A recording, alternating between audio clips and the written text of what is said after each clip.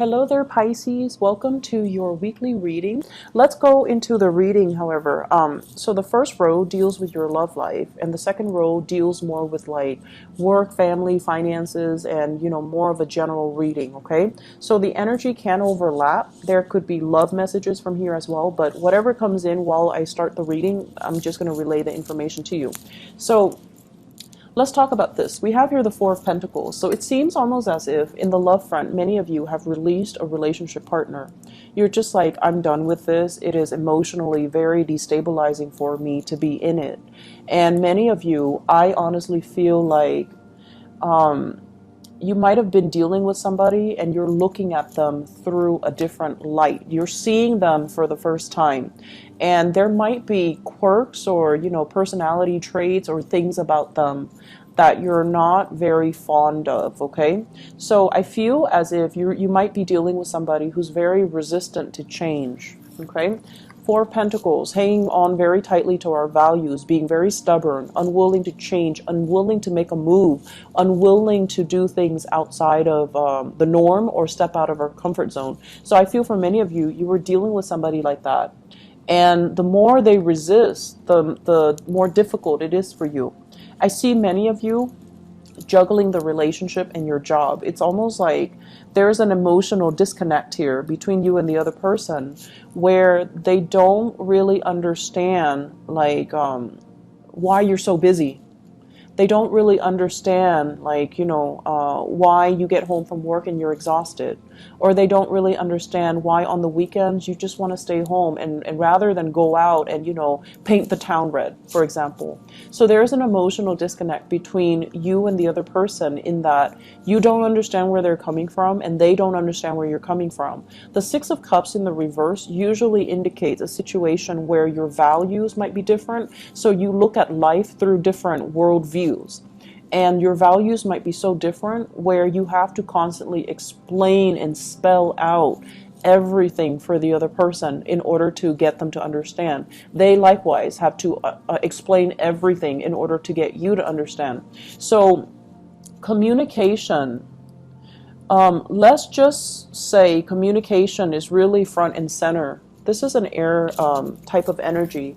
It deals with being left in the dark, not knowing what to do, feeling very confused, and it's a very frustrating place to be as a water sign, because you have to spell things out for the other person. A lot of the times you're so patient and you're so intuitive that you expect the other person to automatically get what you're feeling because you get what they're feeling, right?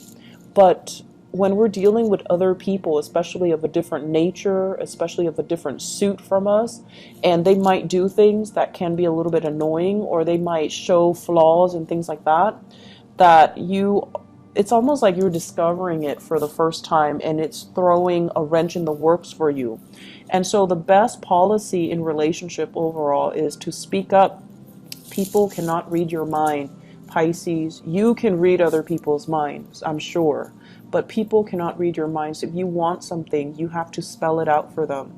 If you want to get a point across, you have to explain and err on the side of needing to over-explain so that they understand where you're coming from. So I feel like you're dealing with frustration, but you're not really voicing it, and you're not really being vocal about it, okay? So it's not good to hold these things in, and it's not good to assume that the other person understands you.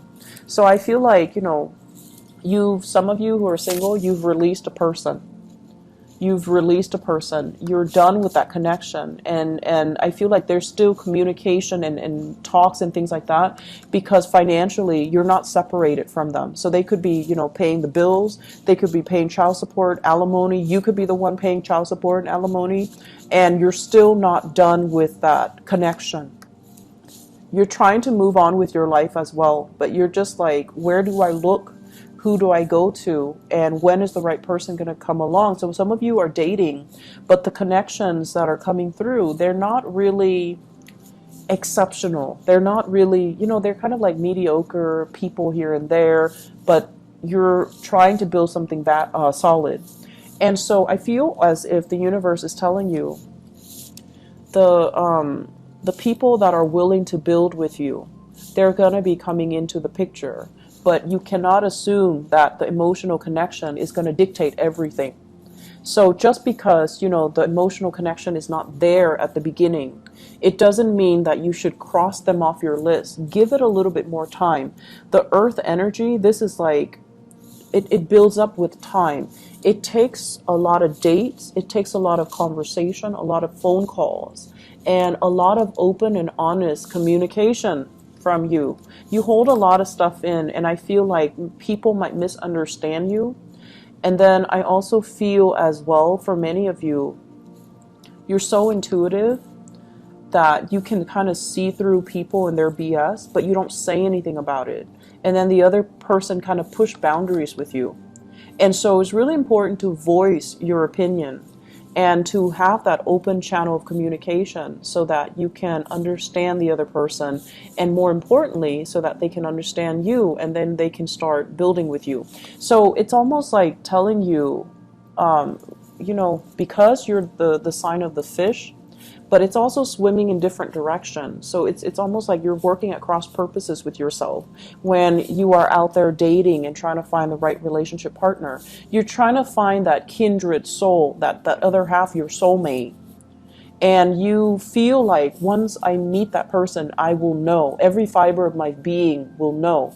Well, relationships doesn't really start that way. And it requires building. It requires consistency. It requires, you know, a lot of work and dedication in order to make it stick, in order to make it lasting. Okay? So give it a little bit more time. Go through the connection. Try to get to know each other, and, you know, tell the other person how you really feel. Open up a little bit more, and whatever you're looking for, I feel like, you know, demand it of them. Okay, just because like the emotional connection is really strong doesn't mean they're the right one for you. It takes somebody who's responsible and dependable. So if you're dating somebody and you're not really sure how you feel about them, as long as they're stable and dependable, it's definitely a green light for you to go ahead. Okay.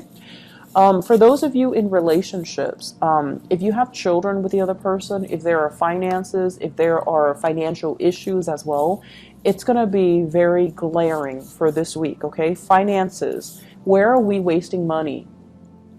And then growing impatient with your relationship partner too, because of values differences, because of parenting styles as well. The Six of Cups deals heavily with children. Those are things that you want to be a little bit careful about, okay? Just be careful about that.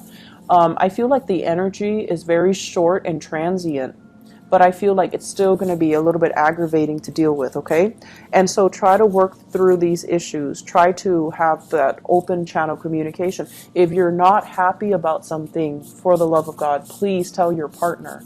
You guys hold so much in, and you're just kind of like, oh, let's just see what happens. Let's just see what happens. Well, it's not the right time to do that. It's really important to voice your opinions and make sure the other person is on board, okay? In terms of your work life and everything else, let me talk about this. The Eight of Pentacles, sending out resumes, not feeling entirely too good about where you currently are, sending out resumes, making connections. And for those of you who are like a contractor or you are self-employed, you're creating business cards, you're networking, you're sending out pieces of yourself, you're showing people your portfolios, you're doing PowerPoint presentations to kind of get your name out there. For those who are looking for work or even looking to change your work situation, you're sending out resumes, you're sending out like letters of recommendations, references, and things like that in order to land the job that you want. And this is a great energy. What you're leaving behind is this. The devil deals with a work situation that can be a little bit toxic, okay? Toxic co-workers. The work is not itself very fulfilling. It just pays the bills, and then you go through it, and every day that you leave work, you're just like, I wish there was something more to it. I wish it was more exciting. I wish it was more dynamic. And I wish that it's just you know, better. I wish I could be somewhere else or doing something else. And I feel you don't feel like this is something that you're going to make a career out of, okay? This is a card about destiny and fate and, you know, professional development. When it's in the reverse with the devil, it's almost like I can do this for right now. It pays the bills, but it's not very inspiring. That's the word. You're not very inspired by the work that you're doing. And I also feel like the toxic energy in the work front is very covert.